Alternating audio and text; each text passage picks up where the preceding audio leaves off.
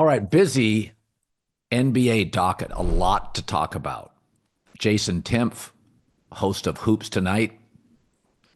All right, let's start. LeBron will be fine. He'll be back in a week or two. I thought the bigger issue with the Lakers Celtics, and I said this during the week on my show, is Boston's better.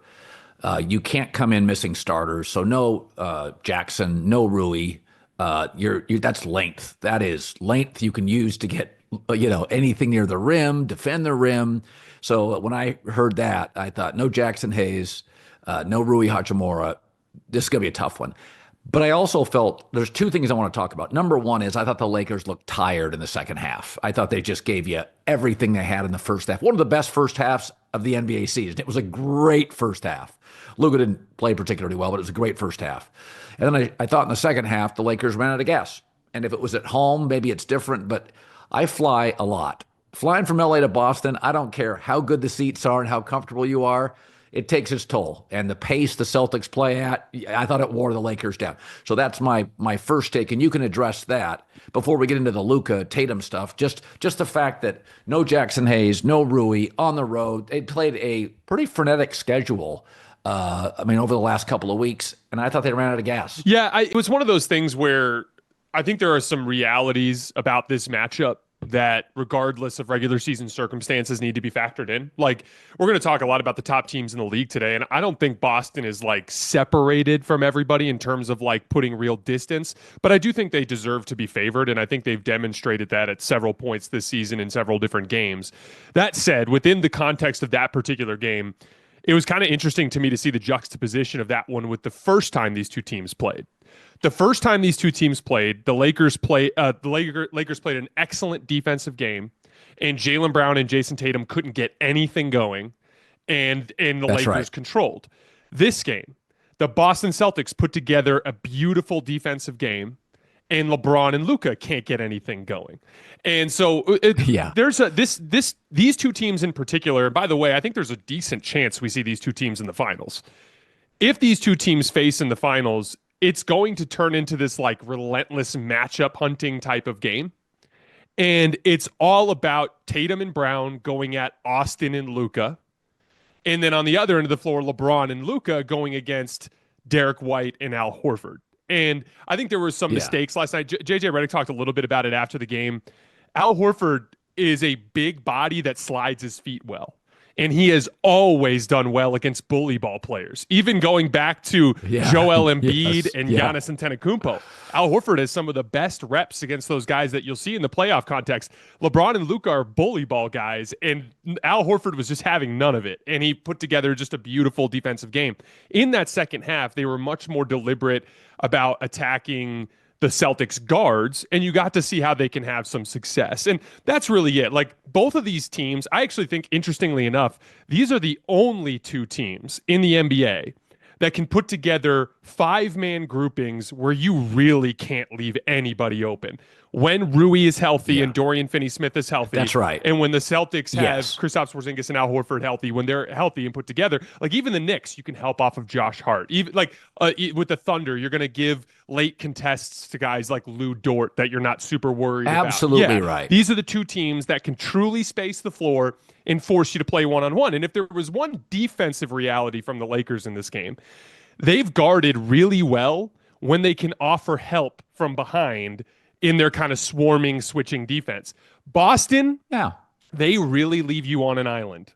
Because if you help, it's like Luka got caught a bunch of times in the first half of that game, helping in on drives, easy kickouts, and he was giving up threes. You cannot help with Boston. You cannot help with the Lakers. It turns into a one-on-one contest, and the Celtics just did a much better job of it in this particular matchup.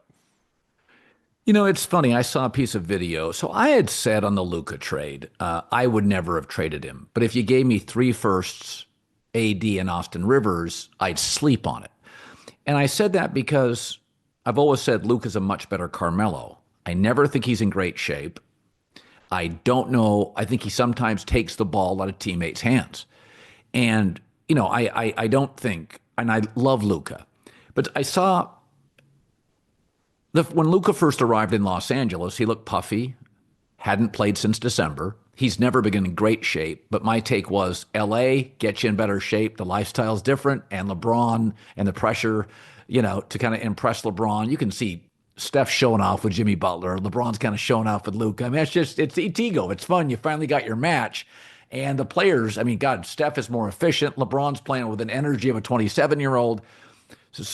But somebody pointed this out to me yesterday because I watched the entire game. They said, look at the energy of Jayson Tatum on both ends of the floor. And Luka has bad stretches, like right now. Like he has these 4 or 5 minute or longer moments on the floor, and you're like, bro, you're a negative right now. Like you're just getting beat off the ball. And do you think this is something Luka? Because like you're nodding your head, you're seeing it too. Does Luka play himself into better shape, or did Dallas, with their concerns about these consistent calf injuries, about not being in shape and lifestyle?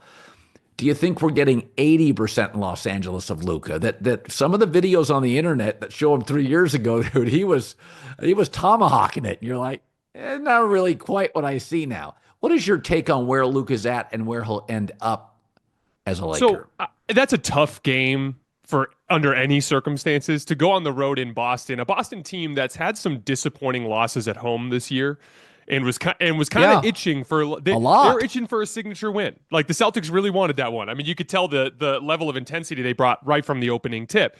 It's a tough game under any circumstances. Luka is not yet back into his peak shape. It's going to take a little while to get there. I actually think it'll be somewhat. There's a little bit of a blessing in disguise with the LeBron injury because LeBron has been going full bore since like mid-January, and it was kind of inevitable that there'd be some sort of nagging thing that would arise over the course of this stretch.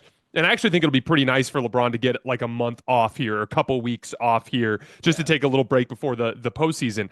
That'll get more time for Luka to really lean into usage, to really lean into having the ball in his hands and build his rhythm back. That said, like this goes back to the Dallas series. The Dallas series is a different type of challenge. The Dallas-Boston series in the finals. It was a different type of challenge because Boston had all sorts of dudes that they could help off of. They were putting Kristaps Porzingis onto P.J. Washington and Derrick Jones Jr. and leaving him under the basket. The Lakers will be able to create more space for him, but he wasn't even getting past Jaylen Brown for the most part last night. Like just one-on-one, Jaylen Brown had him in clamps and was bringing a ton of physicality and like there's this kind of recurring theme I've seen. OG Anunoby did a little bit on Thursday night. I don't know if you caught the Knicks game. It was kind of a little bit similar in that game. Yes. All the way back to the second round series with Oklahoma City last year. Lou Dort gave Luka some issues. Luka struggles with the really big and strong forwards that can guard. And so there's a little mini challenge here. If the Lakers are going to be able to defeat a team like Boston in the finals, Luka's going to have to overcome the Jaylen Brown problem. But as far as the big picture goes, he's 25 years old. He's playing alongside one of the greatest work ethic dudes you're going to meet in the league, one of the greatest take care of your body type of dudes that you see in the league. I think Luka is going to get to a level of better conditioning. That said, I don't think he's going to be the dude who had like 17 dunks in his rookie year. I think that ship might have sailed. Sorry to interrupt this great video, but please remember to like and subscribe. Thank you. Now back to the video. Yeah. It's interesting with the Celtics because Tatum played very well. And, I say this often on the show that there's a real gap in what fans view as hate and what I view as contextualization. So every time I talk about Jayson Tatum, I always say, he's great. He's a great player. He's a top 8 player in the league. I don't believe he's top 3. I trust SGA offensively more. I trust Jokic is all around better. I trust Giannis defensively more. I think Luka at his best is a better, more natural offensive player. Hell, if you gave me 1 quarter to win it all, Game 7, I'd take LeBron over Jayson Tatum. I actually would. But he's a great player. He's going to be a Hall of Famer. He's a nice kid. But I've said this, there are games where I'm like, where is he? Is he on the floor? Now, this was not one of them. He was terrific. And I've watched him now play live 3 or 4 times. I get to the arena early. He's the first guy on the floor. But it is interesting. People get very upset about this. And I've said this. In the Olympics, when you're playing with the world's best players, he was a coach's decision, do not play against Serbia. And he had 2 in the gold medal game. And that LeBron and Steph flourished in those games. So there are players that sometimes when are around great players, LeBron was like this very early in his first Olympics. He was like, finally, it opened up more of LeBron. And then there are players that actually love playing within a system. I think Jason is one of those players. I think his DNA is he's a teammate. He likes being part of a collective. He chose Duke so he could play with other great players, right? Like Krzyzewski makes you play defense. He was there with Grayson Allen, Luke Kennard, if I'm remembering right. So my take is, I think he's a star. I think the NBA's only ever had three true faces of the league: Magic, Michael, LeBron. I think Bird was a reluctant, because he was conjoined with Magic. He was face of the league, but Magic was the face of the league. He loved it. French Lick, Indiana, pimples on the face, grumpy Larry Bird didn't feel face of the league, but you join him at the hip with Magic, and it's like, okay. And Shaq and Kobe, I think you could argue as a pair, were face of the league for several years. Duncan never was. Akeem never was. Karl Malone never was. So what do you make of kind of my criticism of Tatum? It's not a criticism. It's more like, listen, at any one time, the NBA has two faces, or one face of the league, two global stars, and about 15 other stars, Carmelo Anthony guys. Is that unrealistic to say? I mean, I heard your rant about Jayson Tatum, and frankly, like there is truth to the fact that Tatum lacks like the traditional NBA aura, right? Like he's a good dunker, but he's not Vince Carter.